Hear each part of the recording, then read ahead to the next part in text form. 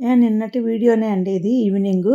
మీకు ఇంకా తడపడం చూపించాను గదా! ఆలు పరోటా కొత్తగా చూసిన వాళ్ళకి తెలియాలి.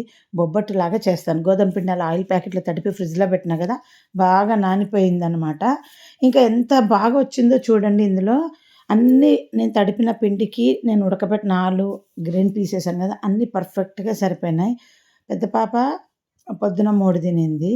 నేను ఒక 3 తిన్నా. చిన్న పాప వచ్చినాక అది 4 తినింది.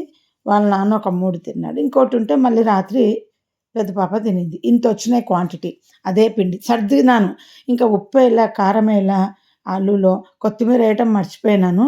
ఇలా బేకింగ్ పేపర్ మీద వేసుకొని బొబ్బట్టులాగా చేస్తే ఏమవుతాయంటే చల్లగైనా గానీ తినొచ్చు. ఇది ఈవినింగ్ చేసేది. మధ్యాహ్నం మేము తినేసి అలాగే పెట్టేసినాం. ఇది ఈవినింగ్ చేశాను. కొంచెం గూడా విరగదండి. ఎంత పల్చగా కావాలో అంత పల్చగా చేసుకోవచ్చు ఇలాగా. చల్లారిన చాలా టేస్టీగా ఉంటది. వేడి గూడా చేసుకోనక్కర్లా. ఇలా నోట్లో పెడితే కరిగిపోతది. మనం పిండి ఏసి రుద్దినామనుకోండి, అది వేరే టేస్టొస్తది చపాతీలాగా. దానికి నూనె గూడా ఎక్కువేయాలి. దీనికి నేను ఎక్కడ ఒక్క చుక్క నూనె వేసుకోకుండా తడిపిన. కింద ఒక పేపరేసుకున్న చూడండి. ఎక్స్‌ట్రా ఆయిలంతా అది లాక్కుంటది.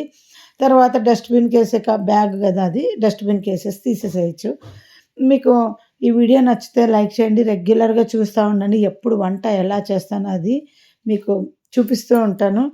ఇంకోటి కీరా కట్ జేసి పెట్టానా, ఎవ్వరు చాటు తినలేదు. సో, ఇంక రాత్రి చెప్తున్నా పాడైపోతది, పాడైపోతదంటే ఇంకా సాయంత్రం అందరూ తిన్న తర్వాత మా ఆయన చిన్నదేమో ఉట్టిగా తీసుకొని తినింది. నేనేమో కారం పప్పుల పొడి దాని మీద స్ప్రింకిల్ చేసేసుకొని తిన్నాను. ఇంకా మా ఆయన ఉప్పు, కారం, జీరా పౌడర్ ఏసుకొని తిన్నారు. గోధుమ పిండి ఎంత బావుందంటే ఇది ఆర్గానిక్‌ది. బ్యాగ్ చూపిస్తా చూడండి. కొనుక్కోండి ఎవరైనా ఇంట్రెస్ట్ ఉంటే. ఎందుకంటే అది చిన్నది చూడండి. బఠానీ పొట్టు, బఠానీలన్నీ తీస్తుంది. తీపొచ్చిందంట ఆమెకు కొంచెం అందుకని. నేనన్న పచ్చడితో నంచుకుంటావు కదా అని. ఇది రూ. 520 పడిందండి. చాలా బావుంది. 10 కేజీలు కొంటే. మళ్ళీ 5 కేజీలు కొంటే కాస్ట్ ఉందంట. చూసుకొని కొనుక్కోండి. చాలా బావుంది.